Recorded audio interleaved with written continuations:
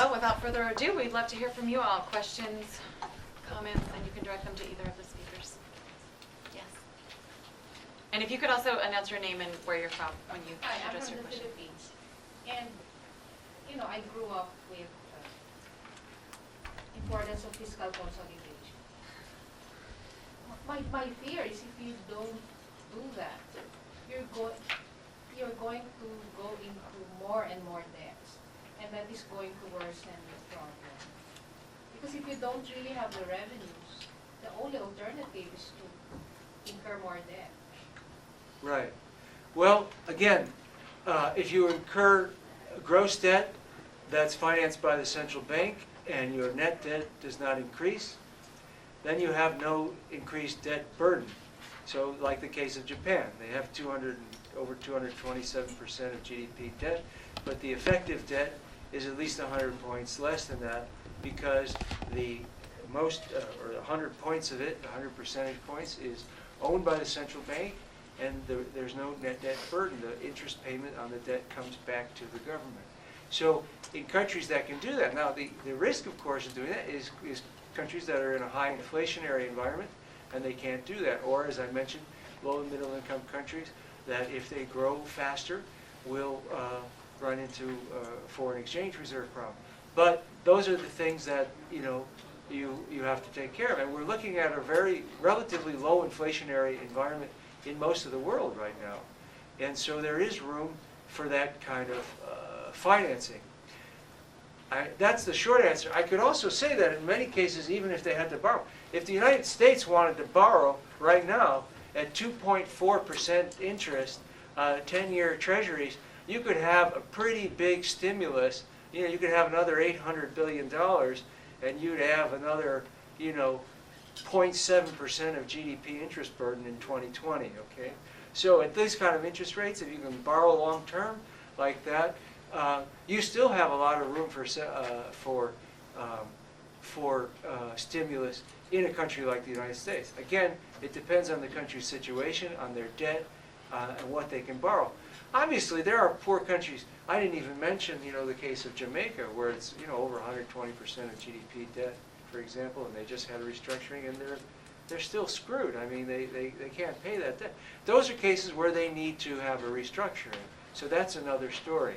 But if you're not in that situation, there tends to be quite a lot of alternative. And that is an alternative as well, by the way, restructuring your debt so that you can let your economy grow again. To me, the only alternative that's not an alternative is shrinking an economy that's already weak or in recession. That just shouldn't be considered. I'm sorry, aren't you worried about the inflation if the government borrows from itself? No. I mean, we just saw the U.S. Federal Reserve borrow over $1 trillion. Inflation was negative in 2009, and it's currently 1.4% year over year. So clearly, in this kind of situation, where you have massive unemployment and excess capacity, the creation of money by the by the central bank does not lead to inflation. That's, I think, obvious. Yeah, if I may add to what Mark said, I think you bring up a very important question. And it's, is this sort of adjustment something that is inevitable and it's a matter of when you do it? Or is it something that, if you keep stimulating, you can make outputs better? And about a year ago, we did another analytical study looking at what happens to output in the medium run after financial crises. And actually, one of the crises that we looked at was the one in the Philippines. And what we found there in the universe of all of the banking crises that we had experienced in the past is that on average, you end up with permanent output losses. So relative to a pre-crisis trend. So basically, there's a bulk of output that gets lost. Now, if you think that, and one of the reasons is that you may have had a boom, an unsustainable boom or a bubble prior to the crisis. So the adjustment that you were seeing was more or less inevitable. Now, what would this mean for the level of debt? Well, if there is output which is lost forever, that means that while they're going to be revenues, they're never going to come back. And you have the choice of, what type of adjustment path you're going to take to those lower levels of revenue. But, making small changes here or there may not make a big difference. And in this context, I think it's important to also think of the experience of the Baltic republics in the recent crisis. Mark mentioned the decrease in the output collapse in Latvia in 2009 of 18%. And if you look at Estonia or Lithuania, the two other countries that, by the way, did not have IMF programs, there the output losses in that year were 15%, 16%. But what's more interesting is to see what happened prior to the crisis. Latvia was growing every year in the period between 2005 to 2007 by 11% every year.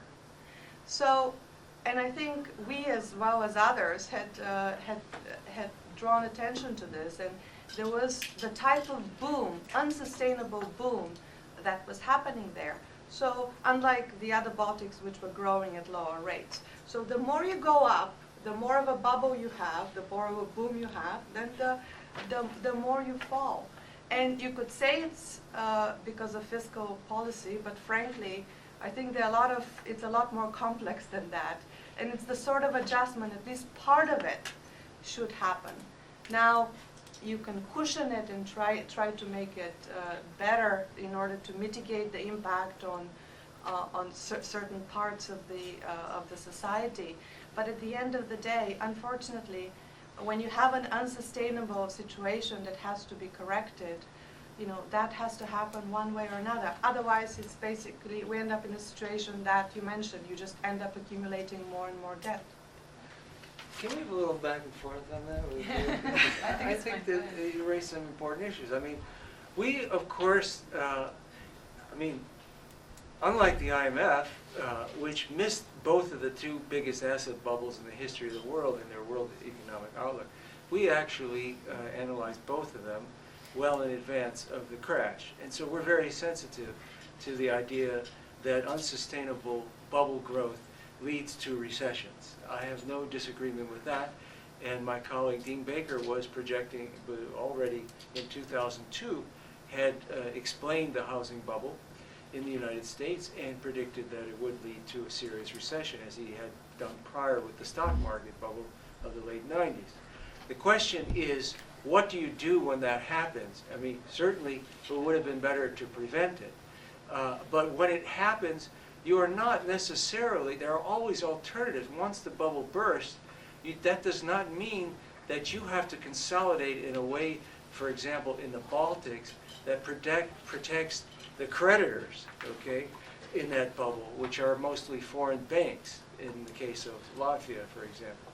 And in the other Baltics, yeah, they have the similar output declines because they pursued the same policy of preserving the exchange rate and protecting the creditors, as opposed to opting for economic growth. I mean, even if you have, in Argentina, you had a complete collapse of the banking system in 2002, okay? And they had a very analogous situation to Latvia. Unsustainable growth, overvalued exchange rate, collapsed, okay? What happened to their economy?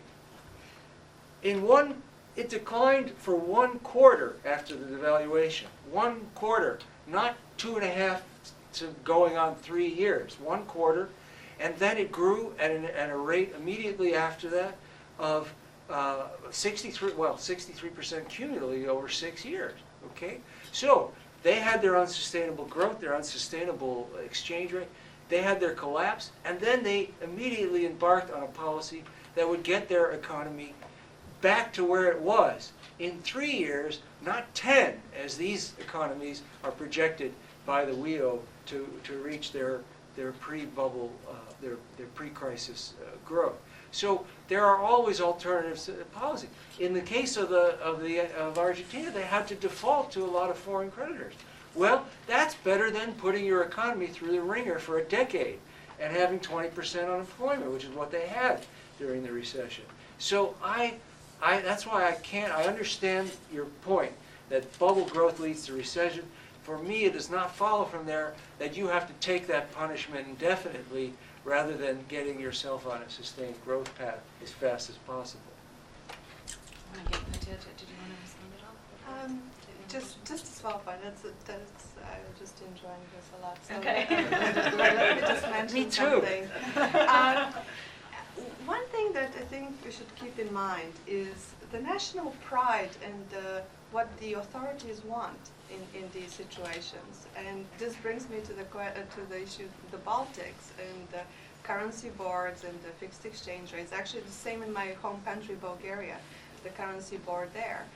It's the authorities who wanted to preserve the regime and the currency the currency regime. I'm talking now about Latvia. So when you have this sort of situation, and this is clear, the preference is so clear because they want to be part of the they are part of the European Union. Their objective is eventually to become part of the Eurozone. And when you have that objective in mind, and their clear preferences for the first best outcome is to keep the exchange rate, then we have to look at what are the other policies that are consistent with that preference. And unfortunately, as Mark alluded in his presentation, the only alternative, if you cannot do a depreciation or devaluation through your exchange rate, you have to do an internal devaluation. And to get the internal devaluation, you end up with this very painful adjustment, which is needed to get there. If I can just say one response to that, I agree that the authorities in Latvia, I was there last year, or was it this year? It was this year. And I saw that. I mean, I met with the government. And however, and here I would blame the European authorities more than the IMF, because the IMF is just doing what the European authorities want. There are a lot of indications the IMF saw that keeping the peg and going through this internal devaluation was going to be a disaster. But they signed off on it, and they put up billions of dollars, and so did the European authorities. And so they have to take some of the responsibility for that, because neither the fund the European authorities told the fund what to do. So if you want to put the blame there, okay, put it there. They signed off on it, and they have to take responsibility for it, because they're not going to give a country that kind of money to do something that they think is totally wrong. Like if they wanted to, renationalize their industries, for example, they wouldn't get a loan from the IMF or the European Commission, okay? So I like that argument. It's the best one you can make. It's a sovereign country, and we're just helping them do what they want. But the fact is, they don't do that when they don't like it. And so it only goes so far.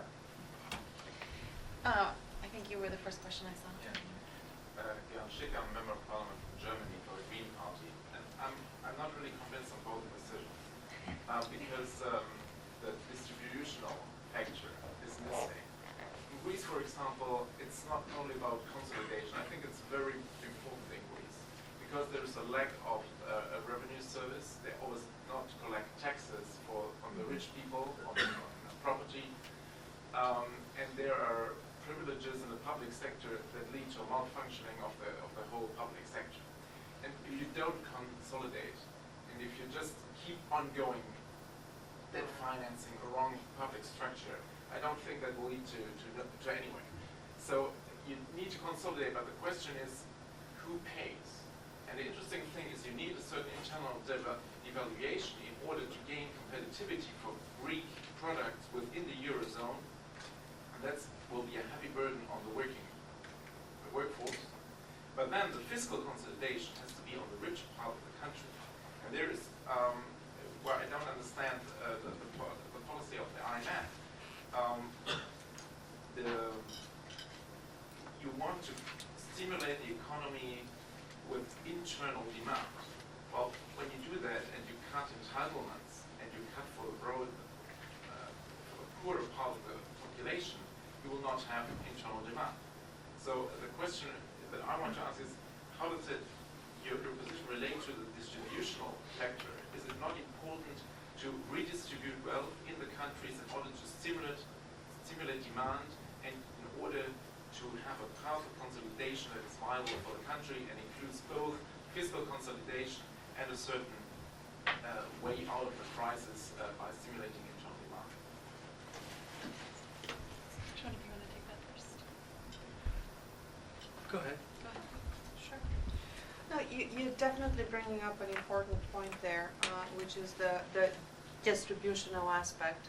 And I must admit, I'm not an expert on the Greek program, but from what I recall, there were elements of the program which were designed to protect the impact, to kind of shield the impact on the poor segments of the society. Now, the part when I talked about entitlements more generally, I think what I had in mind there was just the fact that in many countries, including Greece, as far as I know, the retirement age at which people can take is fairly low. I mean, I'm actually thinking now of my own country, Bulgaria, where my uncle retired a couple of years ago at the age of 55. I mean, I think that's just ridiculous when you have other countries in Europe where the retirement age is at least 10 years higher. So it's those sorts of reforms, especially in the public sector, where in some countries you have really low retirement age, is something that I think it's in the spirit of fairness, and it's something that can also help fiscal finances over the medium run. Well, yeah, just a quick answer. I mean, I think that obviously there's a lot of rich people who don't pay taxes in Greece. You know, you have doctors making 120,000 euros and reporting 20,000. You have so those are reforms that have to be done. But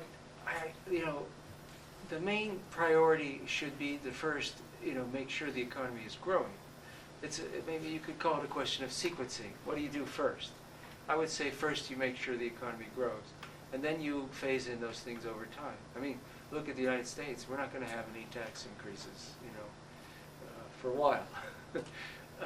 There was even the big fight over, letting the tax cuts expire and how much and all that, and it's still going on.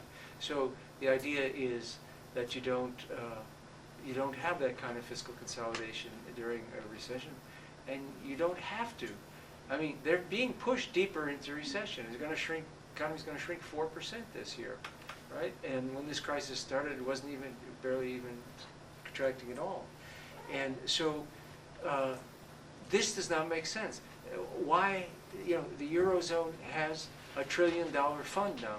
How much would it take of that to make sure that Greece, can continue to grow and then make those changes after the necessary fiscal changes after the economy is growing? And some of them aren't that necessary, by the way. I mean, you can argue about retirement age. I don't know the retirement age in Greece. We have this debate here too, of course. And but a lot of what you're seeing in Greece and Spain, the labor market reforms, for example, the privatizations, those are the European authorities taking advantage of the situation to do things that are politically unpopular and wrong, in my opinion. And that's what they're doing in the name of, restructuring the economy. Other questions? Quite a few people have their hands up. Mark Harrison from the Methodist Church. I guess this discussion always reminds me why economics is considered a dismal science. But anyway, here's my set of questions. To Mark, the U.S. is it just a question of you borrowing from yourself like Japan does? The United States is not just borrowing from itself, but it's also borrowing money from the rest of the world, and particularly Japan and China. All right. So I don't know how that fits into your analysis. That's the first question.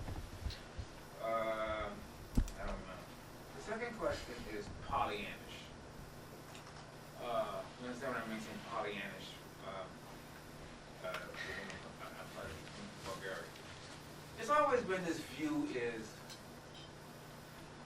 economies would grow, you'll have more technology and so forth, and you will be able to retire and live well.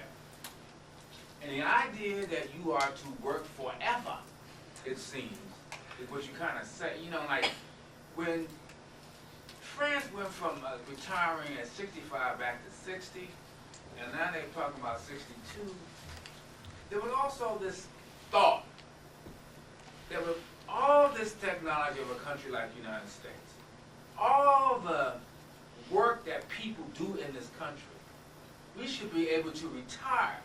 But it doesn't have to be, keep extending it.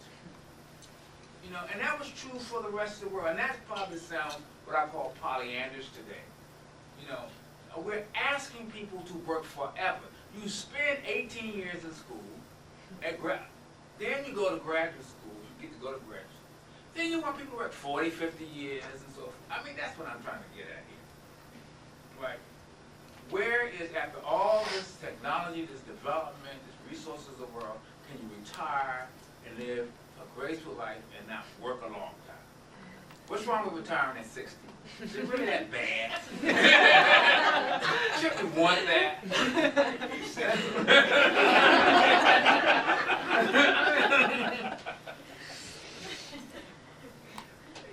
You know, on the retirement, I couldn't agree more. I mean, I think that, you know, we just did a paper actually, which you can see on our website, looking at how many Americans have jobs where they just can't be expected to work longer than 65. You know, they're too physically demanding, and it's huge. And you know, that's not being taken into account in this debate here. We've already raised the retirement from 65 to 67, and you know, it's just people don't look at the actual arithmetic. Okay, I mean, we're going to be, you know, in the United States because of what you just mentioned.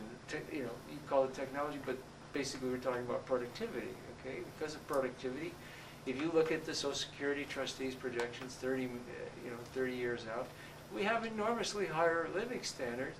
And yeah, people can and will, if you give people the choice instead of trying to ram it through with this, you know, some kind of commission and kind of fool people to thinking there's some kind of crisis with the Social Security system, they will probably choose to pay a very small fraction of their higher income further on to spend more years of their longer life in retirement, as we have done consistently. You know, when we raised the payroll tax in the 70s and the 80s and the 50s and the 60s, okay, and nobody complained, all right? And those were bigger tax increases than we're going to need for the whole 75-year period going forward. So it is true. And now, again, there may be particular countries where it's, you know, their retirement age is too low and not affordable. But I can tell you that it's certainly not the case in the United States. It's nowhere near the case in the United States. And yet you have at least half this country convinced that it is because of what the really slanted story that we get. So the second thing is on the foreign borrowing. Now, it is true that we have increased foreign borrowing. I don't want to spend too much time on this, but the first and simple answer to the question is the solution that I suggested, financing further stimulus through borrowing by the central bank, is a way of avoiding further foreign borrowing because we're borrowing from ourselves. So it's a solution to the problem of the public debt being increasingly a foreign public debt. Okay, that's number one. Number two, which I won't have time to explain here, but it's kind of basic, also basic national income accounting, is that the reason we have increased foreign borrowing in our national, in our public debt, is the same reason we've increased foreign borrowing in our private debt. In other words, it's because the dollar has been and remains overvalued, and we're running a trade and current account deficit, you know, for decades. So even if you balanced the budget of the United States and had no more borrowing at all, you would still accumulate private foreign debt instead of public foreign debt, because the foreign part of it is a result of the imbalance that Petya was talking about when she talked about correcting external balances in the world economy. It's the imbalance in our exchange rate that leads us to do foreign borrowing at both the public and the private level. So that's not a result of deficit spending. That's a result of an overvalued currency and foreign borrowing that leads to foreign borrowing generally. Just to pick up your second question on retirement, I think, look, if you ask me personally, I'm going to work forever, but I understand that different people have different preferences in this respect. The point is simple. People now live much longer than they did 20 years ago. And yes, you go to school, and then you go to graduate school or not, and then you start working. But then the reality of it is that if you retire at 60 and if you live until 80 or 85, you have a lot more time. And at the end of the day, unless you have much higher productivity, as you mentioned, and these improvements in the economy that are going to afford you this time, then you don't really have many other options. So, in a way, I think it's a consistent view to at least think that the retirement age should be linked, the statutory retirement age should be linked to improvements in life expectancy. I take Mark's point, by the way, that this is actually a lot more of an issue in many European countries than it is in the U.S. In the U.S., I think it's the health spending that I also mentioned when I was talking earlier, that is the big issue. But again, if you look at the projections for productivity that we have in the U.S., in many other countries, we don't really see these huge improvements that would afford that would allow for people, for output to kind of keep expanding without having the kind of more input in terms of people working longer and increasing output that way. Well, if I could could I just have one short thing, because I think that would be a good thing for the IMF to look at, if they did. Because I know that if you look at the United States, it's very clear. We can afford our retirement age indefinitely with very little money, even as life expectancy increases. I mean, that you can just look at the CBO and the Social Security trustees' projections. But it would be good to see if there are countries, because I haven't seen that anywhere, where you can look at a country in Europe, say Western Europe. Anyway, is a result of the collapse of this real estate bubble, mostly. And so it is. That's why we see a very weak economy going forward. I mean, obviously, construction itself is a big part of it. But the wealth effect and the fact that people have lost, many people have lost most of their retirement savings, is going to, they're going to have to save some money for retirement. A lot of them have counted on their homes, and of course, you add these projected high levels of unemployment. It is really hard to see how this economy has a sustained recovery. So it's huge. In terms of solutions, the solution that we proposed was that people underwater on their mortgages be allowed to stay in their homes as renters for some extended period of time, with the rent adjusted on the basis of the market value of the house as opposed to the value that they originally were bought for. And so this would at least provide some stability for neighborhoods, for people who are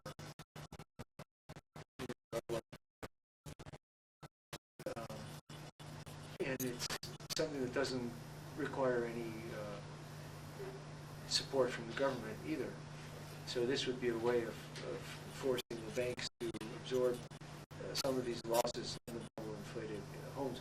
We don't think there's an advantage to providing federal support to keep people in homes where they have no equity and no chance of getting any equity, just so they can have a foreclosure later, and the banks basically get a subsidy. So that's what we've proposed. There is some, there have been bills introduced in Congress around that. In terms of the recovery after financial crisis, as you mentioned, we've done quite a lot of research on this, and this is why I started my presentation by saying that we were not surprised that the recovery was sluggish and it's fragile. This is pretty much what we've seen. And the aspect that you brought up is of course a very important one, what's happening in the housing market. If you look at our current world economic outlook, you'll see that one of the main downside risks that we highlight is the one stemming from the U.S. housing market. So we're clearly worried about it in terms of if that risk were to materialize, the implications it would have on economic activity, and through the wealth effect that Mark talked about, but also through the its impact on labor mobility, which is something that you mentioned. In terms of what one can do about it, I think a lot of things have already been tried, but the problem is still out there. My understanding is that recently there's been some pickup, or at least some more activity in terms of interest on the side of the banks, in terms of restructuring some of the mortgages, and so some movement there, but it's clearly not enough in terms of when you look at the number of underwater mortgages that you have there. In terms of policy recommendations, I think our U.S. team is of the view that in 2011, if there were the need for additional or for reorienting the spending, it should go the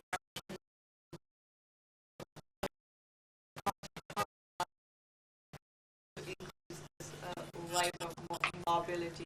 Unfortunately, I cannot go into specifics just because I must admit I do not know exactly what they have in mind. I'm not an expert on the U.S., but I do know that it's clearly an area that we are worried about and we're thinking about. Other questions? I know there's a gentleman in the back. Yeah. Why the boom and bust? I mean, you're talking about growing economy or growing out of the bust. Why do we have to have boom and bust going in? How come they can't be managed?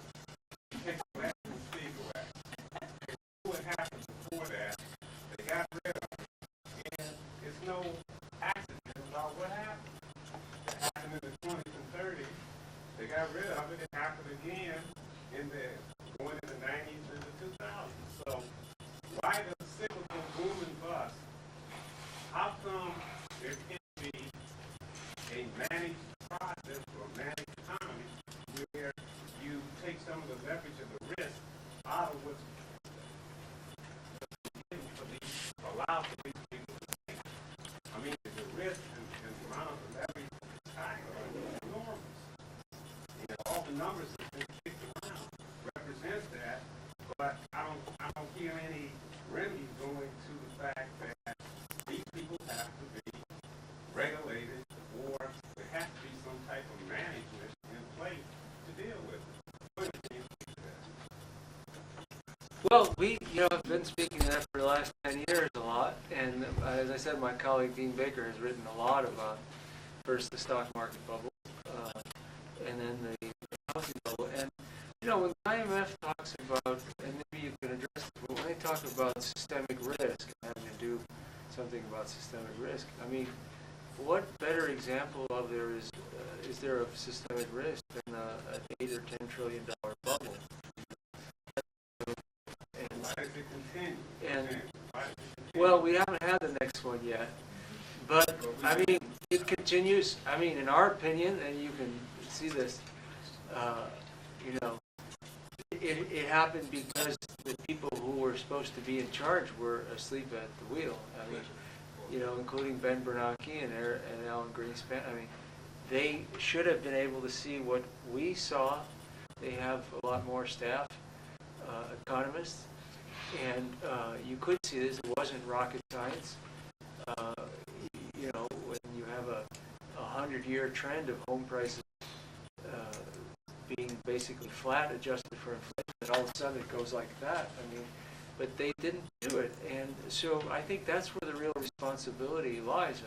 All the officials who just rode along with and who were in charge of keeping an eye on the economy. That's not to say they should have necessarily raised the interest rates, but here's a case where they could have probably stopped the housing bubble at a relatively early stage just by informing people, right? If they had just got up there, they have a big megaphone. When Greenspan spoke, people would listen. He could move markets. He just showed them a graph and said, if you're buying a home right now in any of these bubble areas, you're basically buying into the NASDAQ in 1999, And this was very easy to show.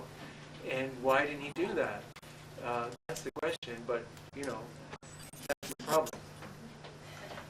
Yes, I think that's a wonderful question. There's a great book by Kindleberger.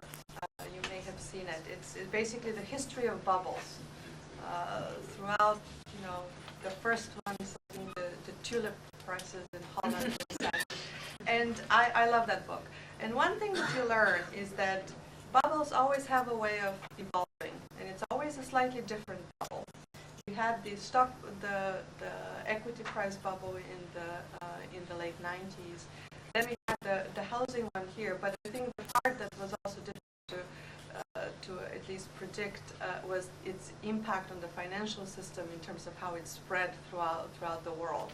So, and the other principle I remember from the book was that the more people try to convince you that there is no bubble, that is a very good indication that there is a bubble. But just to be serious here for a second, I think what we've learned from this crisis and from this bubble is the importance of financial regulation. If we don't use that lesson to change things in that direction over the coming years. Of course, the biggest momentum for change comes right after the crisis. And it would be important to which is something we also emphasize in our report, that this is an area which we really cannot afford not to make further progress on, including on cross-border, on what's happening with cross-border institutions, how you regulate those, how you think about these macro-financial linkages and such. It's a complex field, and I think it's fair to say that we as a profession, economics, we didn't really have all of the models to be even that were well suited to think about these problems. But again, this is something that we do have to resolve going forward. And of course, the next bubble will be a different one. Mm-hmm. I can bet on that. Mm-hmm.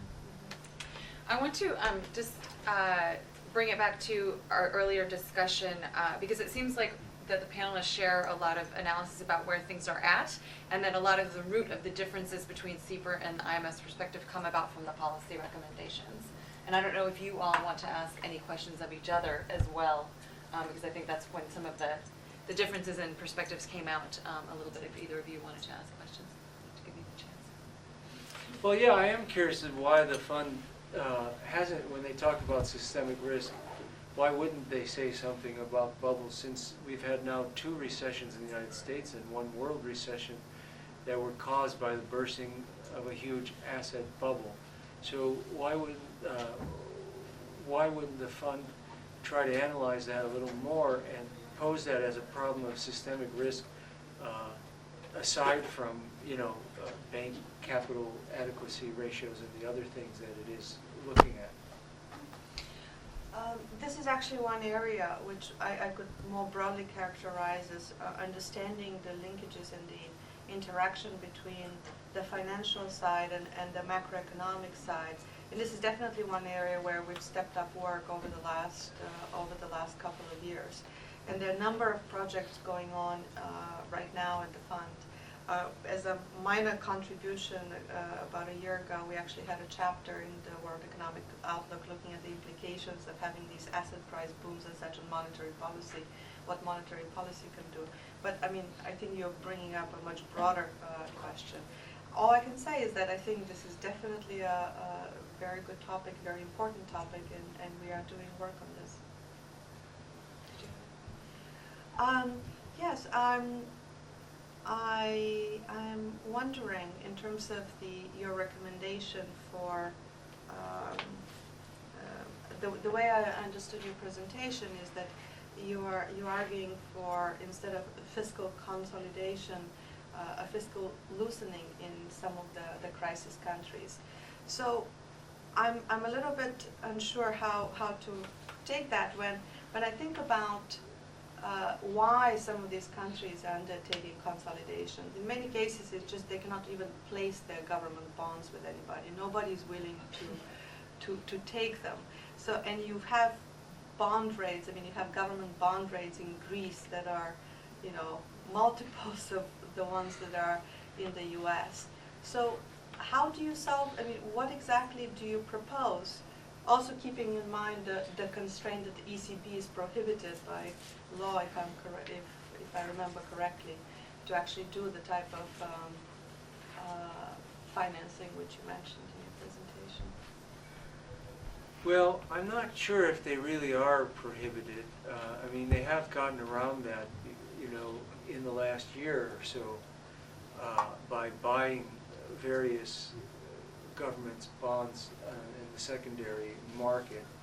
So, and if they are, I think they would need to change that law. But I think it's a terrible constraint. I mean, it's very much as if, you know, in the United States we can in fact do that. We're not doing it. We're doing the quantitative easing, and as you said, that has a limit, right? Because what difference does it make if we drive Treasury down to 2.2 instead of 2.4? But we do have the capacity here to use, to do central bank financing, and we've done some of it actually, of government spending and a fiscal stimulus. And to say the Eurozone can't do this when their inflation is even lower than ours, and there's no risk of adding inflation, I think is a kind of a really terrible dogma in a way. So that would have to be changed. And in terms of Greece, sure, Greece has, you know, is paying over 11% for its borrowing now because the markets see their debt as unsustainable no matter what happens, even if they consolidate everything, because the consolidation could easily make it worse. You see the markets react like that all the time. You know, Greece or Spain will take the measures that are being demanded of them, and then UBS or someone will project that that means they're going to shrink even more, and so their deficit to GDP ratio ends up looking worse for the future. So the markets are quite schizophrenic about what they will what satisfies them. But clearly, what would satisfy them is if, you know, the European authorities use the money that they have available for even Spain. You know, what is their whole debt they had to roll over there this year was $61 billion. So what is that out of $1 trillion fund? They could have financed that at zero interest, for example, and allowed Spain to pursue a fiscal stimulus, even, you know, under without looking at the alternative of central bank financing. So those are the kind of alternatives that I think are feasible. And what they're doing instead is they're trying to make them, you know, as we discussed, do this consolidation at a time when it's shrinking their economies. Is there one last question? This is sort of a technical question, but you know, in the early part of the decade, to come back to the mortgage issue and asset prices and inflation, measuring inflation, there was a lively debate. It was asked by a congressman to look into discussion within the Fed about whether home price rises were inflationary. And it was a very lively debate, and there seemed to be a huge amount of pressure to say, no, they're not. And Mr. Greenspan, I think, has been much clearer, and to be fair to him, he welcomed the rise in the prices because of the wealth effect, which you introduced into public discourse and said this is a good thing. And in retrospect, he says, I wasn't wrong about that. I was just wrong that the industry itself could police itself. And I thought that sophisticated investors would manage this better. But now we have a situation where those asset prices, at least the home side, significantly depreciated. And wouldn't it be fair to say that they should have been counted into the overall view of inflation or deflation? And that if you factor home price losses, wealth effects from that as deflationary, maybe we're in a much more deflationary situation than we imagine, or than we're reporting and talking about. Is there any discussion of this? Yeah, actually, I must also use, in responding to your question, also refer to something that you brought up earlier. We're actually a lot more worried about deflationary risks. This is something that I hope is going to come out that is clear from reading our report, and especially in advanced economies, in the U.S., for example. And part of that is precisely because of these sort of effects through asset prices that will take a while to unwind, especially if you're worried of further adjustment in the housing market. That is another source of risk, downside risk for inflation. So my short answer is yes, we are worried about this. I'm sorry, because you came up here a moment earlier. Now we actually need to close. I'm sorry, Skipper, you can come up and ask afterwards, if that's okay. I just wanted to ask if either of our speakers wanted to have final comments, because the room on the outside is getting a little bit noisier, and I think we only have about a minute or two left if you guys want to make some final comments. Well, for just 1 minute, I would say one thing I didn't get to address and was brought up was this idea that because, like the Reinhardt and Rogoff book, for example, points out, because financial crises typically have in the past led to prolonged periods of lost output and high unemployment more than other kinds of recessions that were caused by other causes. A lot of people have drawn the conclusion that this is just our inevitable fate. And I really don't agree with that at all. I would say that those crises were followed by bad policy, and therefore we don't have to have going forward, just because this recession was caused by partly caused by an enormous financial crisis. Actually, the truth is the main cause was the bursting of the real estate bubble in the United States. So even if the financial system were functioning perfectly, we still would have had the worst recession since the Great Depression. And that's something a lot of people don't realize. But my point is just that we can't use that past as our guide. There are, as I outlined today, there are many alternatives, and they're different in every country, but there are plenty of feasible alternatives to restore full employment much faster, vastly faster than the current projections are indicating. And that's what we should be looking for. Thanks.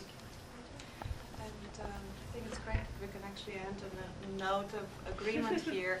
This is what Mark just said is exactly the point that we also made last year in the October 2009 World Economic Outlook, in a chapter that looked at output losses in different banking crises. And one of the lessons was that a lot of things could happen.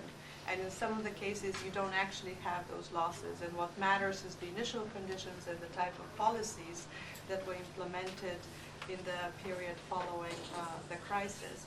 But if we just, again, step back a little bit and think about the current situation, the recovery going forward, I think what's important is not just what happens to fiscal policy. That is one of the many aspects of the policies going forward.